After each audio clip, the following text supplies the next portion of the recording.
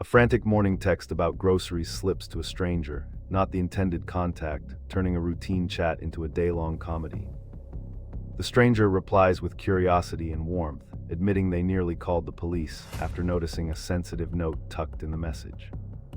Realizing the slip, the two unintended messengers share laughs, swap recipe tips, and uncover a tiny town's surprising kindness.